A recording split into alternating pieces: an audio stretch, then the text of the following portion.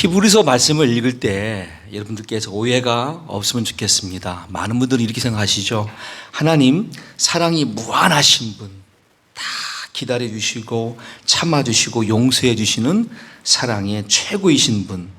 그런데 오늘 본문의 말씀 보시면 그런 분이 아니신 거죠. 왜 우리에게 맹렬한 불같은 심판을 허락하시는가?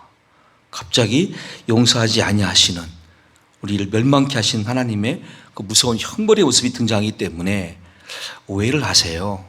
근데 원래 이 부분은 앞에 있는 전제가 있습니다. 히브리인들 가운데에, 곧 유대인들 가운데에 그들이 예수님을 영접하고 우리처럼 구원받은 성도가 되었습니다.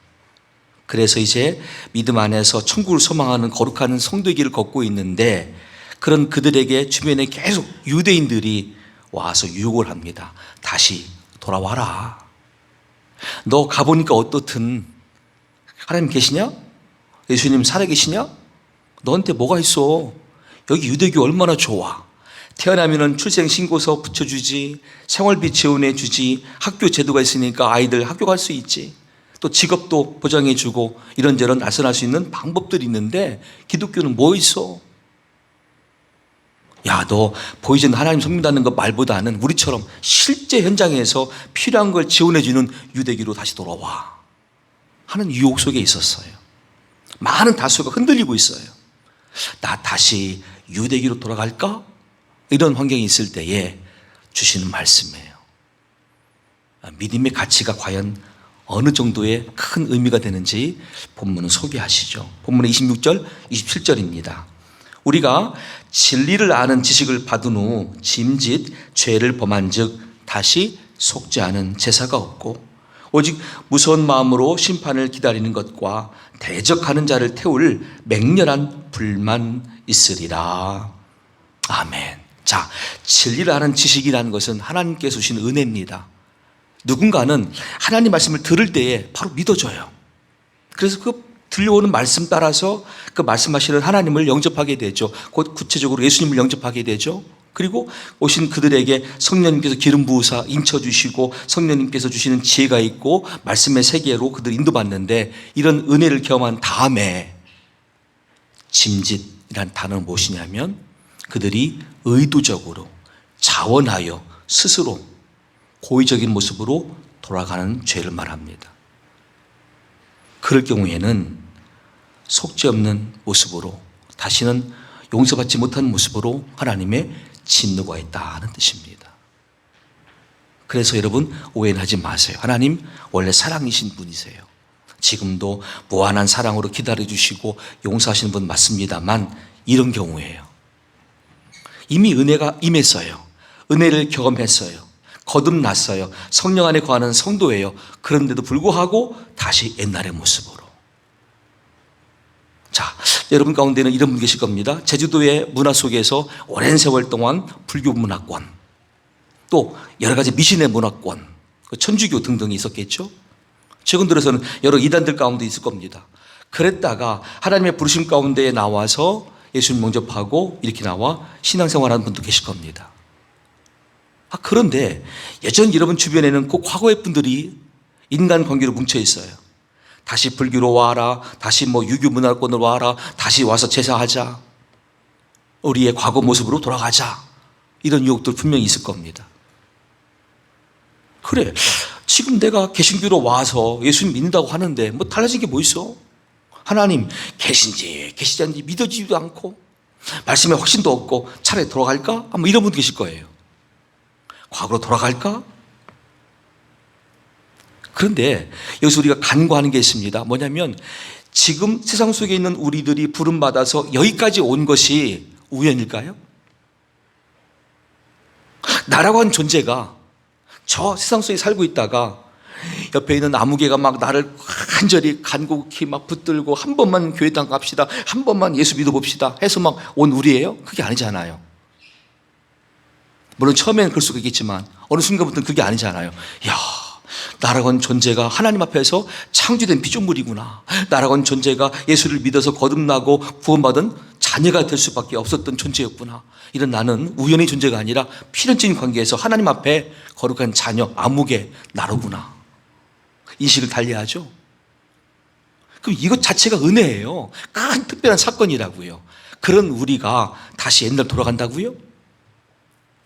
누가 기뻐하실까요? 아무도 없어요. 오직 한 가지, 마귀만 기뻐해요. 야, 원래 넌 내 거였어 라고 속이고 우리를 기뻐할 거예요. 여기 짐짓한 단어를 주목해 보세요. 제가 굳이 찾아보니까 영어적으로는 자발적으로, 기꺼이, 자기 스스로 그렇게 한다는 뜻이에요. 다시 말하면 내가 어떤 의도를 가지고 지금까지 베푸신 하나님과 그분의 은혜를 다 버리는 거예요. 그리고 고의적으로 다시 돌아가는 거예요. 옛날의 모습으로, 믿음 없는 모습으로, 다른 미신의 세계로 다시 가는 걸 말해요. 그런 그들에게 하나님의 진노가 있다는 뜻이에요. 그만큼 구원이라고 하는 믿음의 가치라고 하는 부분에서 우리가 그 의미를 놓쳤기 때문이란 것이죠. 과연 믿는 자들도 과거로 회개할 수 있을까? 믿지 않았던 때로 돌아갈 수 있을까? 예수님은 가능하다고 말씀하십니다. 마태복음 13장 18절 이하의 말씀에 씨 뿌린 비유를 들어보세요. 그런즉 씨 뿌리는 비유를 들으라. 아무나 천국 말씀을 듣고 깨닫지 못할 때는 악한 자, 마귀를 말합니다. 마귀가 와서 그 마음에 뿌려진 것을 빼앗나니 이는 곧 길가에 뿌려진 자요. 돌밭에 뿌려졌다는 것은 말씀을 듣고 즉시 기쁨으로 받되 그 속에 뿌리가 없어 잠시 견디다가 말씀으로 말미암아 환난이나 박해가 일어날 때에는 곧 넘어지는 자요. 가시떨기에 뿌려졌다는 것은 말씀을 들으나 세상의 염려와 재물의 유혹에 말씀이 막혀 결실하지 못하는 자요. 아멘. 가장 첫 단계가 뭐냐면 마귀가 와서 말씀을 빼앗아가는 단계예요. 하나님의 부르심 가운데 이곳에 왔어요. 예배를 드려요. 설교를 들어요. 또는 말씀을 눈으로 보고 있어요. 그런데 마귀가 와서 못 듣게 해요.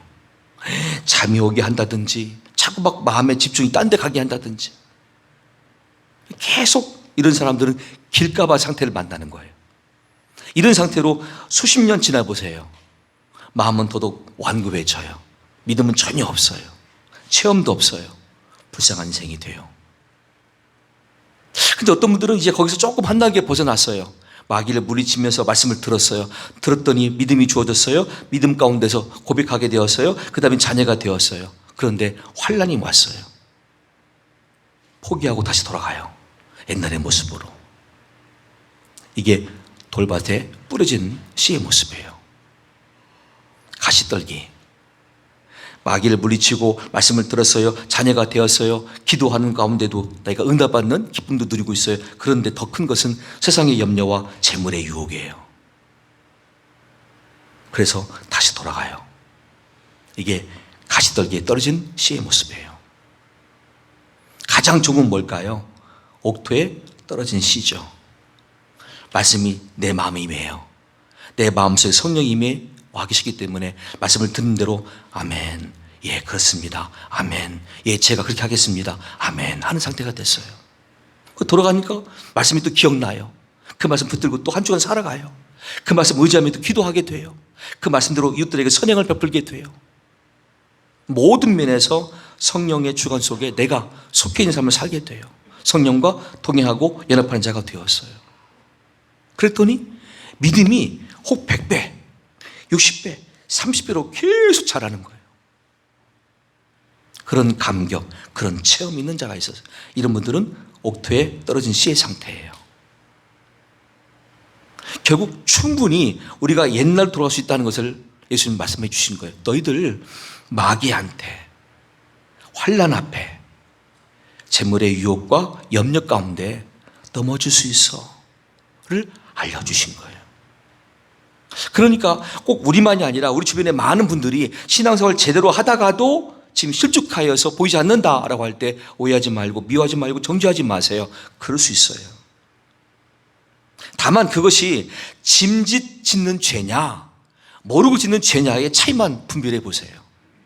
과연 저분들이 의도적으로 고의적으로 하나님 주신 은혜를 다 버리고 그것으로 간 것이냐 아니면 모르고 잠깐 떠난 것이냐만 분별해 보세요. 우리는 어느 경우라도 다 품고 충고해 줘야 돼요. 하나님, 저 아무개는 짐짓 죄를 졌어요. 자원해서 의도적으로 고의적으로 하나님 은혜를 버리고 절로 갔어요. 그럴지라도 우리는 간구합니다. 다시 한번 돌아와서 은혜의 길을 걸을 수 있도록. 예를 들면 이단에 빠진 자 가능하잖아요. 그런데 어떤 분들은 짐짓 짓는 죄가 아니에요. 모르고 짓는 죄였어요. 그러다 보니까 믿음 생활에서 열심히 없어요. 그런 분들도 기도해 줘야 돼요. 하나님, 저분들 마귀를 물리치고 말씀을 좀 듣게 해주세요. 졸지 말게 해주세요. 집중하게 해주세요. 그리고 말씀을 듣는 가운데 믿음을 갖고 예수님 영접하게 하시고 그 다음에 그 말씀을 의지하고 기도하게 하시고 응답받게 하시고 더 큰 믿음을 자랄 수 있도록 복 주세요. 우리는 양쪽 다 품고 기도해야 될 사명자들이에요. 그게 교회, 그게 신앙 공동체. 전에는 이런 걸 안 배웠잖아요. 몰랐잖아요. 그냥 각자가 산 인생이니까. 개인이 만나는 행불행이니까. 근데 와보니까 그게 아니에요. 그리스도 안에서 함께 만나 우리 신앙 공동체를 함께 웃고 함께 슬퍼하며 함께 울어지며 동행하는 신앙 공동체로서 내가 자리매김하고 있어요. 이 모든 것은 다 하나님의 은혜죠. 내가 어떤 특별히 지식을 갖고 있어가 아니라 그렇게 하나님 나를 부여하셨고 불러주셨고 그 일을 맡기신 거예요. 우연이 아니에요. 은혜예요, 은혜. 특별한 사건이라고요. 근데 이것을 물리치고 다시 옛날로 돌아간다? 아니죠. 하나님께서 얼마나 마음이 아프시고 싶어 하시죠. 한번 빛을 받고 하늘의 은사를 맛보고 성령에 참여한 바 되고 하나님의 선한 말씀과 내세의 능력을 맛보고도 타락한 자들은 다시 새롭게 하여 회개하게 할 수 없나니 이는 그들이 하나님의 아들을 다시 십자가에 못 박아 드러내놓고 욕되게 함이라. 아멘. 한 번 빛을 받고 복음을 통해서 구원의 자리에 오를 수 있는 자리가 됐습니다. 은사가 임했습니다. 성령 안에 거하는 삶을 살아가고 있습니다. 그리고 선한 말씀의 능력과 내세의 능력도 소유하고 있었습니다. 그런데 불구하고 돌아갔어요. 짐짓 죄를 졌어요. 고의적으로 의도적으로 죄를 범했어요. 옛날로 돌아갔어요. 이런 경우에는 그들이 다시 회개를 해도 받지 않아 주신대요. 이유는 뭐죠? 하나님의 아들을 두 번째 십자가에 못 박은 결과이기 때문이다 라고 말씀하셨어요. 우리가 지금 부모라고 가정해 보세요. 내가 부모예요. 근데 다른 사람이 제 3자가 저에 대해서 차라리 박구공 목사 그렇게 하면 안 돼. 당신 말이야 인격이 왜 그래 하면서 욕하면 저는 수용합니다. 어느 정도는 그렇습니까? 미안합니다. 제가 좀 부족합니다. 인정해요. 뭐 기분 좀 나쁘더라도 인정합니다. 그런데요, 제 3자가 제 아들 욕하고 딸을 욕한다고 가정해 보세요. 저는 이거는 못 참아요. 차라리 저를 욕하면 제가 감당할 수 있어요. 수긍도 하고 인정도 하니까. 그런데 내 아들 내 딸을 막 욕할 때는 제가 이렇게 말할 수 있을 것입니다. 아니, 내 아들 낳아봤어요? 내 딸을 낳아봤어요? 그리고 내 아들 키워봤어요? 내 딸 키워봤어요?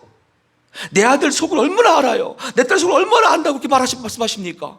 라고 제가 막 분할 수 있을 것 같아요. 저만 그렇겠습니까? 여기 앉아 계신 많은 부모님들 입장에서 생각해 보세요.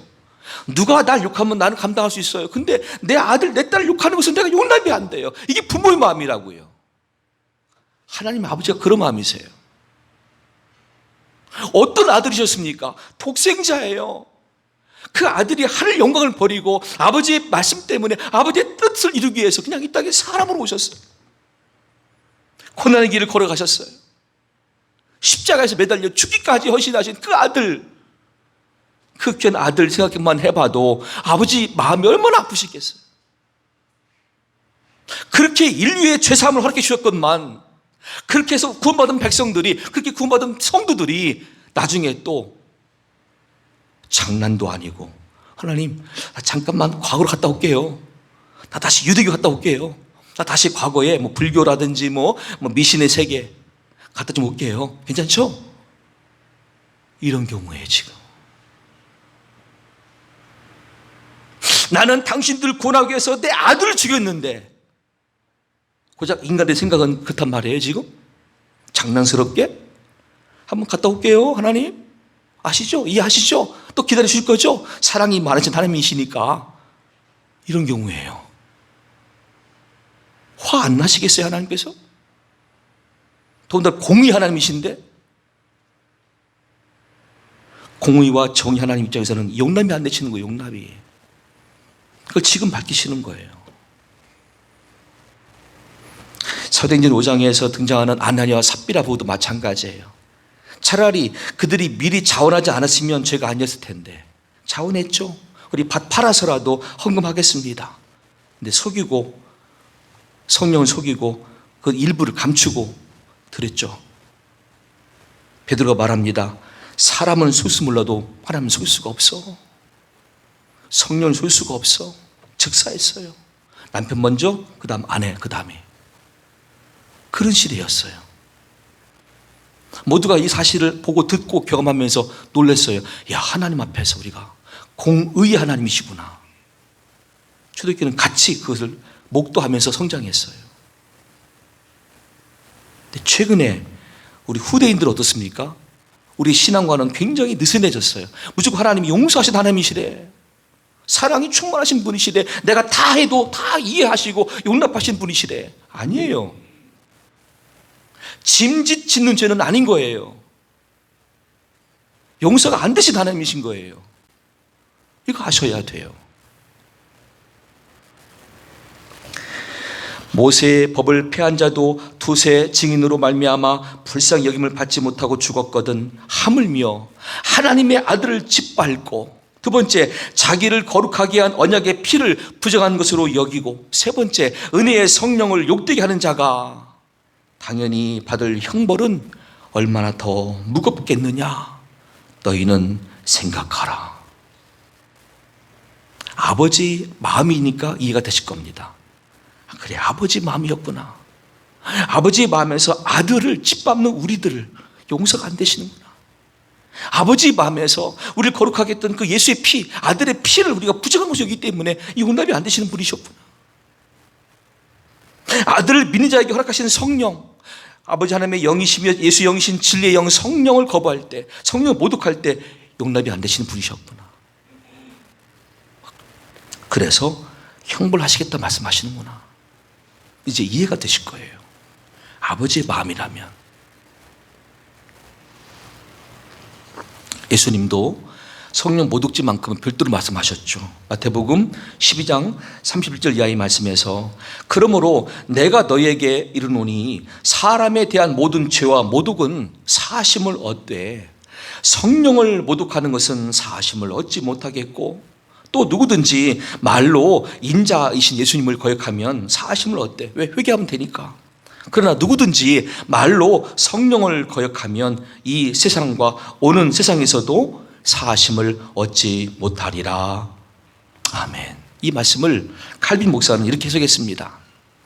믿는 자들에게 이미 엄청난 유익을 베풀어 주시고 하나님의 아들로 확정하여 세우신 성령 하나님을 조롱하는 것은 극도의 악하고 불경건한 행위로 하나님의 심판을 받아 마땅한 자들이다. 이들에게는 오직 하나님의 심판이 확정되어 있을 뿐이다 라고 해석해 줬어요. 오늘 본문 10장 30절 이하에서는 원수 갚는 것이 내게 있으니 내가 갚으리라 하시고, 또다시 주께서 그의 백성을 심판하리라 말씀하신 것을 우리가 아노니, 이 말씀은 신명기 말씀이었거든요. 구약의 말씀이 히브리서에서 오늘 또 용일하게 말씀하시죠. 그러니까 확정된 답인 거죠. 살아계신 하나님의 손에 빠져 들어가는 것이 무서울진저. 구약에 처음 하신 말씀이 히브리서 말씀에서 확정되어 판결된 거예요. 땅땅땅 치면서. 참 이 무서운 말씀을 지금 드렸습니다. 이제 표정 좀 바꾸시고, 그렇다면은 아버지 마음으로 이해하시고 들은 우리가 이제부터 그렇다면 어떤 신앙생활을 하는 것이 하나님을 정말 기쁘시게 하는 것일까? 그런 마음으로 그 다음 구절을 기대해 보실 때 32절부터입니다. 전날에 너희가 빛을 받은 후에 고난의 큰 싸움을 견디어낸 것을 생각하라. 그 유대교에서 예수를 영접하고 개신교로 넘어왔어요. 얼마나 많은 박해가 있었을까요? 얼마나 많은 악플이 있었을까요? 근데 그걸 다 감당하면서 지금까지 버텨오지 않았니?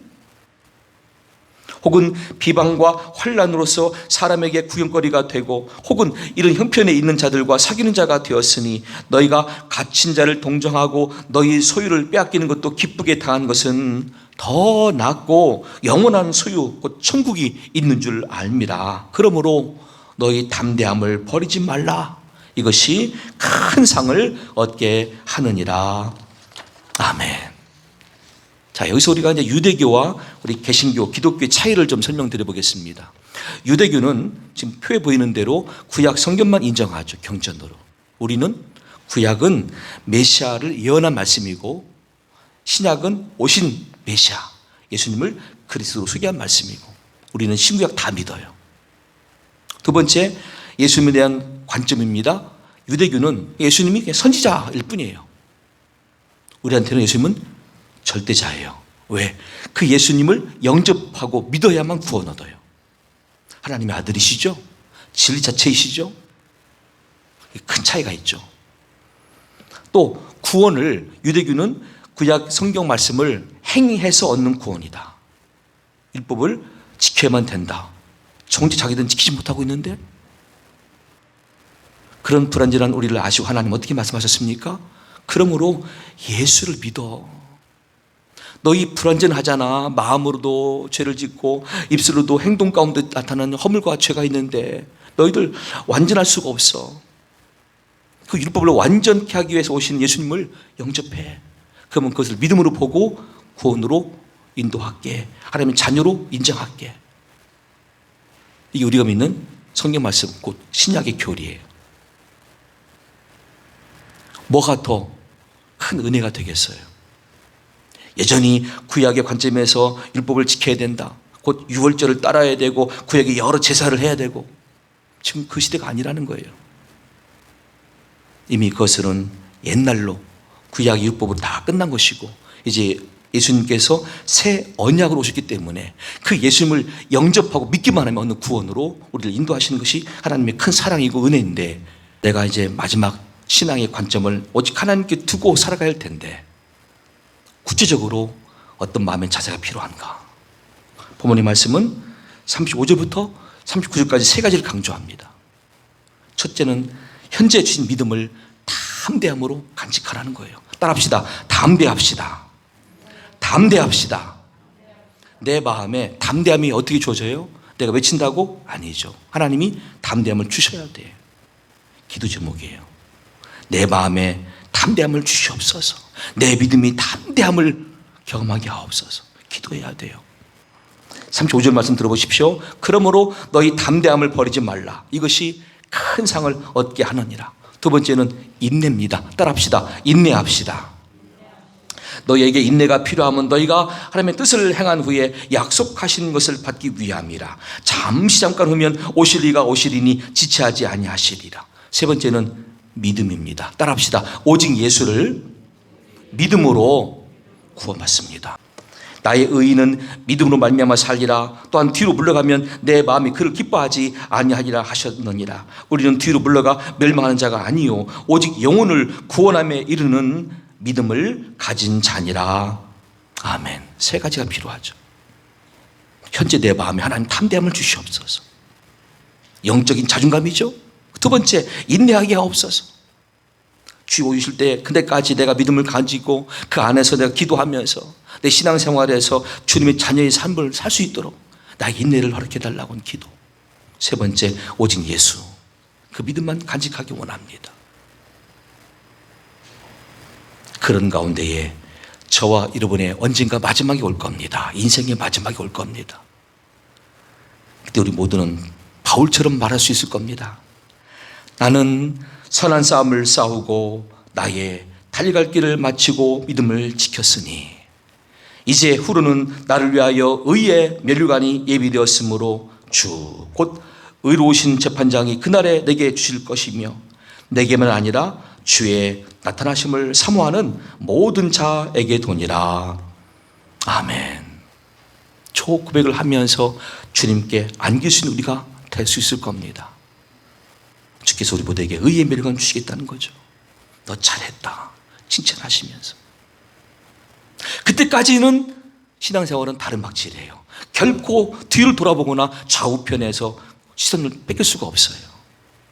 오직 천국을 향하여 예수를 향하여 다름질하는 그 인생. 그렇게 해서 모든 신앙 여정이 주 앞에서 하늘나라에서 완성될 수 있기를 우리 구주 예수님 이름으로 간절히 축원합니다.